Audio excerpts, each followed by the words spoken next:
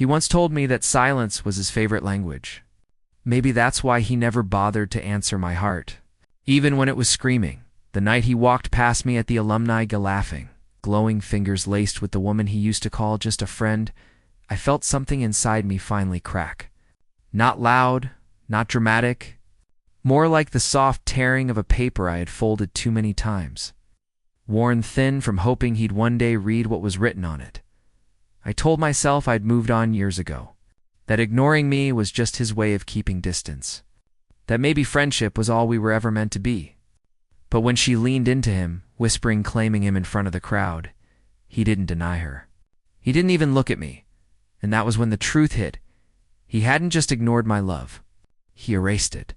He erased me. I left early, hiding tears behind a champagne glass. But as I stepped into the cold night, something strange happened. My phone buzzed. His name. A message. After years of silence, "Did you see the news?" He wrote, "There's something you need to know."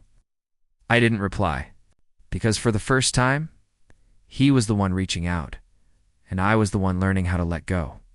I met him when we were 17, right at the age where the world still feels unfinished, where people walk around with hearts half-formed and dreams too big to carry alone. He sat beside me on the first day of school, hair slightly messy, shirt slightly wrinkled, smelling faintly of green tea and old books. It was a quiet scent, the kind that settles instead of shouts, and maybe that was why he caught my attention. He didn't try to shine. He had this habit of carrying pens in his pockets, different colors poking out like tiny flags of who he was.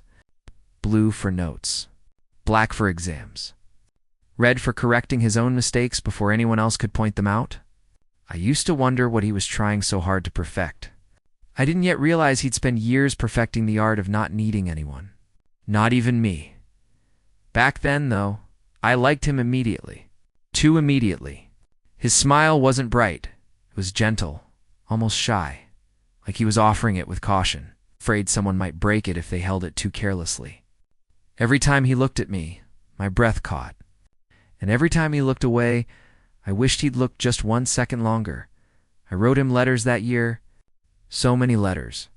Notes scribbled during class, late-night confessions written under the dim glow of my desk lamp. Some were long, emotional, trembling with words I didn't have the courage to say. Others were small, just a sentence or two, folded neatly and placed between the pages of my textbooks. I pretended they were study reminders, but they were really reminders of him. He remained kind, but distant, not cold. Just unreachable, like a star glimmering close enough to tempt you, close enough to make you believe.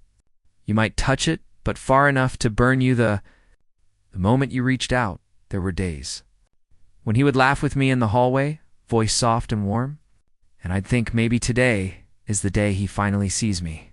And there were days when he'd pass me without noticing, eyes lost in some dream that didn't include me. I'd shrink quietly into myself. By our second year, he had become someone everyone admired. He had a way of walking into a room like he belonged to it, like the air rearranged itself just to let him in. Teachers loved him. Students adored him. He shone without trying, charismatic, brilliant, effortless, and me. I was the girl clapping from the back row, trying to be happy for him, pretending the applause wasn't hiding the sound of my own heart breaking. Yet I stayed. I stayed through his birthday, even the ones he forgot to invite me to. I stayed when he canceled plans because someone more important needed him. I stayed when he got his heart broken and called me at midnight to ask why love never stayed with him. I told him he deserved someone who saw him clearly. I didn't say I already did. He would smile at me sometimes and say, "You're important to me, you know?" And the way he said it, soft, tired, distracted, felt less like affection and more like a gentle leash tightening around my neck. I thought patience would bridge the gap. I thought if I stayed long enough, if I proved my loyalty, if I remained by his side even when he wandered far from mine, one day he'd turn around. But love built on silence eventually collapses. Even if you hold your breath for years trying to keep it standing, I should have known. But I was 17. And 17, think longing is the same as destiny. There is a drawer in my old room filled with letters I never sent folded neatly. Creased at the corners, ink smudged in places where my fingers lingered too long. Each one is a piece of a story only I was writing. A story he never read. A story he never asked for. Every day back then. I folded one more letter, one more hope, one more quiet confession, and every day. I prayed he'd learn to read me someday, not realizing he had never learned. The language of my heart because he never intended to, and yet something in me kept waiting, not knowing that the waiting itself would become its own kind of heartbreak. Years passed, but my feelings didn't disappear. They simply morphed, softened in some places, hardened in others. Like water poured into different vessels, yet always taking his shape, not mine. We grew older, and the world demanded more of us, but I never learned how to outgrow him. He developed new interests, made new friends, stepped into new versions of himself, and I quietly, foolishly followed. Not because he asked, but because hope is a stubborn thing. And I didn't know how to kill what never bloomed. He would text me late at night, sometimes with a simple, "Are you awake?"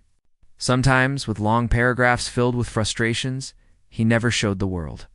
I always answered. He always expected me to. He would sigh into the phone, voice tired, saying, "I trust you more than anyone." And I would swallow the bitterness slowly, carefully, like medicine that kept me alive even as it made me sick. Because hidden in those words was a promise he didn't realize he was breaking, that trust was not the same as love. And love was not the same as choice. When his career began to rise, I became the quiet scaffolding that held him up. I helped him prepare presentations, adjusting slides while he paced the room. I edited proposals, fixing commas while he fixed his tie. I rehearsed speeches with him, listening to him stumble, pause, restart, until his voice grew confident. I watched him shine under the lights I set up, never asking for credit, never asking for anything except maybe a little warmth, a little acknowledgement, but he never noticed what I gave. Not truly. He was too busy chasing the future to realize someone was carrying pieces of his past for him. People around us noticed, though. They'd nudge me in hallways, tease him during gatherings. "You two act like a couple," they'd laugh. And he would always react too quickly, too sharply. He'd laugh, dismissive and careless, before saying, "We're just friends." "I don't see her that way." Every time, the words sliced deeper. But I kept smiling, nodding, pretending their sting wasn't as sharp as truth. Because what else could I do? Announce my one-sided devotion. Ask him to choose me when he wasn't even looking. No, so I stayed. Stayed because I convinced myself endurance was love. Stayed because hope had rearranged itself into habit. And habits are cages that rarely lock from the outside.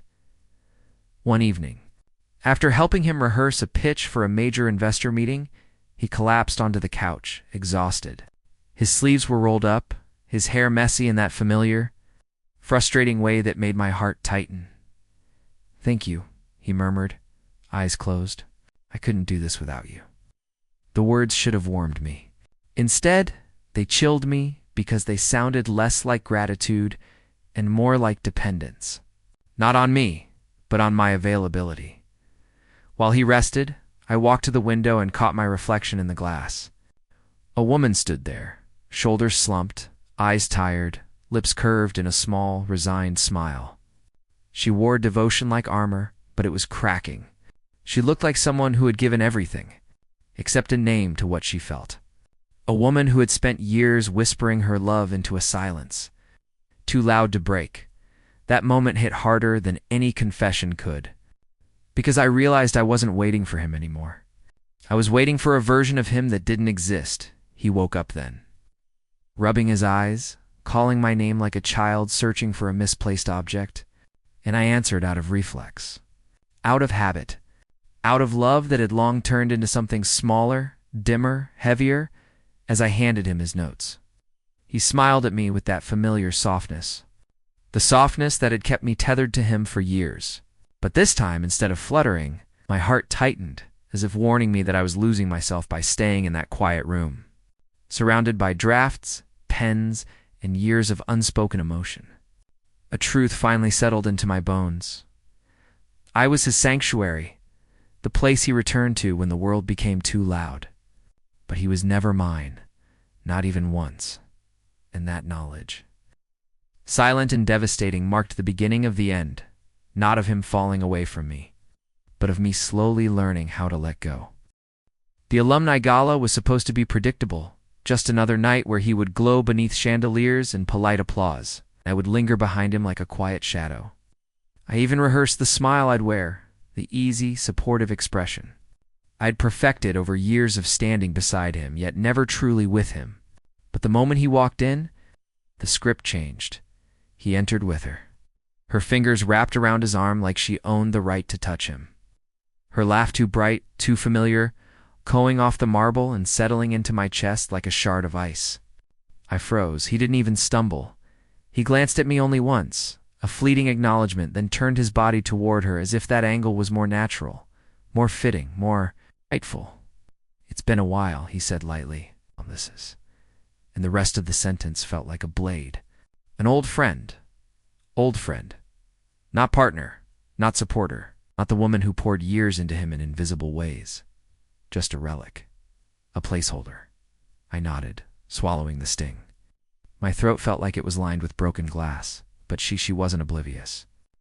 She looked at me with an expression I recognized too well, a kind of triumphant pity, as if she knew every letter I had folded, every emotion I had buried, every silent hope I had nurtured. She saw me. She saw the way I'd loved him. Smiled like she'd already won a battle I wasn't even aware I was fighting. We moved into the main hall, surrounded by clinking glasses and soft orchestral music. I kept my distance, but I couldn't stop watching him work the room, shaking hands, charming people.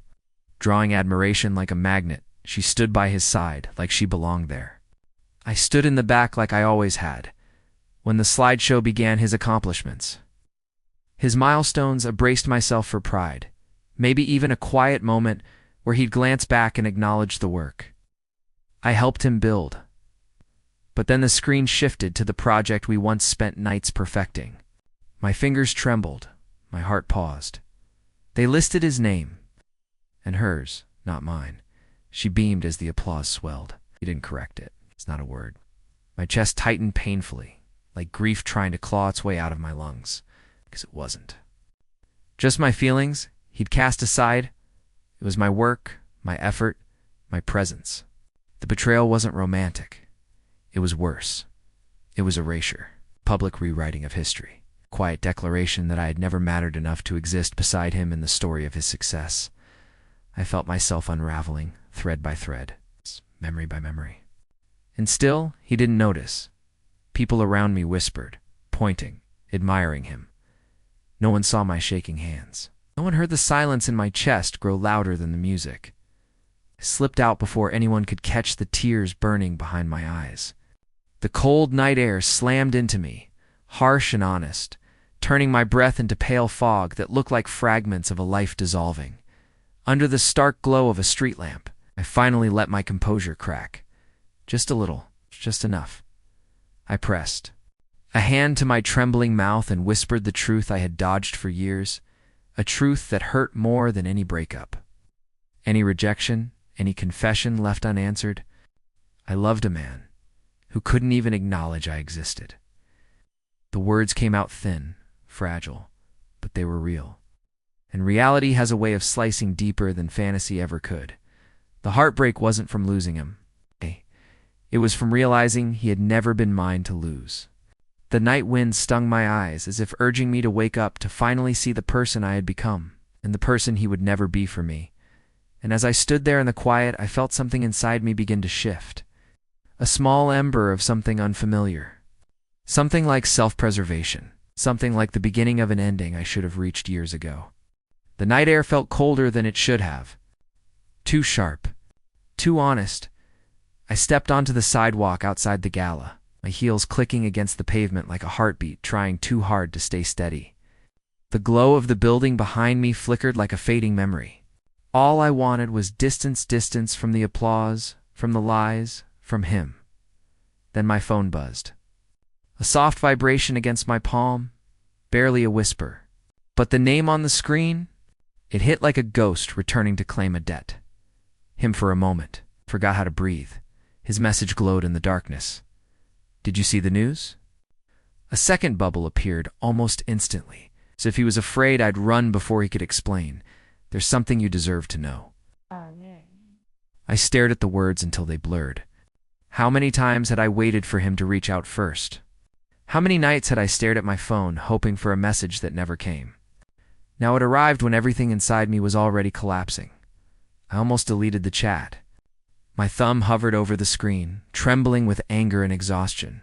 I almost blocked him, erased him, wiped away the part of my life that had been shaped around his absence. But curiosity cruel. Relentless wraps itself around heartbreak like vines around a dying tree. And it tightened until I opened the link he sent. The article loaded slowly, pixel by pixel, as though it knew it would hurt me and wanted to prolong the pain. When the headline appeared, my breath hitched. Then the world tilted. A scandal. An investigation. A revelation. The project he showcased, the one I built, piece by piece. With sleepless nights and trembling hope, had been audited, reviewed, exposed. The emails were there. The timestamps. The drafts with my name in the metadata. All of it. Proof cold and undeniable that the ideas were mine. The structure was mine. The shaping, the refining, the polishing, all mine. The woman he brought tonight. She had submitted it under her name, and he had let it happen. Maybe he hadn't meant to. Maybe it was negligence, or cowardice, or the ease of letting someone else take credit because it spared him. The discomfort of correcting them. But intentions didn't matter. The result was the same. I was erased, and she was applauded. My hands trembled around the phone, the screen reflecting the hurt I had tried so hard to bury all these years. I scrolled through the comments. I expected anger. Instead, I found something else entirely. People defending me. Strangers praising me. Voices rising in my name, calling me the real creator, the mind behind the work. The silent architect who had finally been seen. For a heartbeat, something like vindication flickered in my chest. Soft, shy, unfamiliar, but was quickly overshadowed by the final message he sent arriving minutes later. As if timed with the moment the world turned against him. I'm sorry. I should have protected you. Please, can we talk?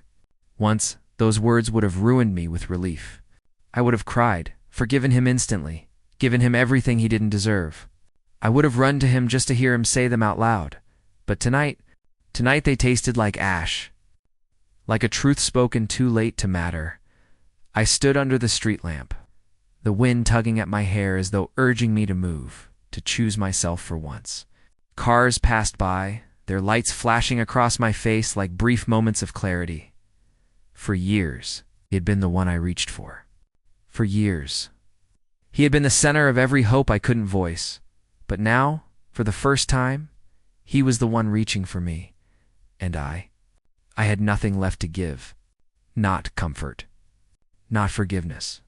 Not the version of myself who worshipped him so completely. I typed nothing. Sent nothing.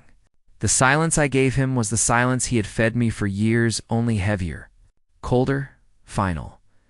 I slipped my phone into my bag, wrapped my arms around myself against the wind, and took a step toward the night, not knowing where I was going. Only that it was finally away from him, and for the first time the darkness didn't scare me. It felt strangely freeing, a quiet beginning disguised as an ending. Morning arrived, gray and heavy, as if the sky itself was exhausted from witnessing everything that broke inside me the night before. I walked up the steps to my apartment, expecting silence, expecting emptiness. But he was there, sitting on the stairs like a misplaced memory, hair messy, eyes swollen and red, a coffee cup trembling slightly in his hand, the one from the little cafe I used to love. Back when he remembered things like that. For a moment, I didn't recognize him. He looked smaller, almost fragile, like the world had finally stripped away the illusions he carried, and left him as he truly was, human, flawed. Too late. When he stood, the coffee sloshed over the rim. He didn't even notice. I didn't know she took your work, he said immediately. His voice cracked. I thought you didn't. Care about credit? That one sentence felt like the final thread snapping inside me. A quiet break. A clean break. Because now the truth was impossible to ignore. He had never seen me. Not as an equal. Not as someone with worth. Just someone safe to lean on. Someone soft enough to absorb his mistakes without shattering. Someone who didn't demand space, or acknowledgement, or simple human recognition. I cared, I whispered. The words were soft, but they carved through the space between us. You just never asked. He opened his mouth, but the excuses tangled on his tongue. I should have protected you. I didn't know I thought. He stumbled, trying to reconstruct a reality where he wasn't the villain. But intentions, I realized, don't erase impact. He reached for my hand, slowly, cautiously, the way he should have years ago. And for a moment, just the briefest moment, I felt the ghost of who I used to be.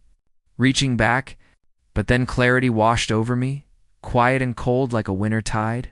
I stepped back, not out of anger. Out of understanding, out of growth. I spent so long waiting for you to see me, I said. My voice didn't shake. For the first time, it didn't need to. But the truth is, I inhaled the morning air sharp in my lungs. I finally see myself. His eyes widened, panic, regret, desperation swirling in them like storms I used to drown in. Except now, those storms weren't mine to weather. They belonged to him. Every emotion he had once made me carry was now reflected back at him. Unfiltered. I can fix this, he insisted, stepping forward as if proximity could undo years of silence. I'll correct everything. I'll talk to them. Please, just let me fix it. But life isn't a project he can revise. And hearts aren't something he can repair only when they become inconvenient to lose. You can't, I said gently. No matter what you do, it won't give back what I spent waiting for you. The wind swept through the hallway, catching the edge of my coat, carrying the last fragments of a story I finally understood was one-sided from the start. Some stories don't end in reunion. Some hearts don't return once they've finally escaped their cage. Some truths are only visible after everything collapses. I turned. Not quickly. Not dramatically. Just with the calm dignity of someone who has finally realized her worth is not measured by the love she gave to the wrong person. My footsteps echoed softly. Behind me, I heard him whisper my name broken, strangled. A sound that would have shattered me once. But not now, because as I walked away, I realized something so simple it almost hurt. He didn't lose me today. He lost me years ago. Today was just the moment the truth finally reached him. I didn't look back. Not even once. And in that choice, I found the ending I deserved. Quiet, steady mine.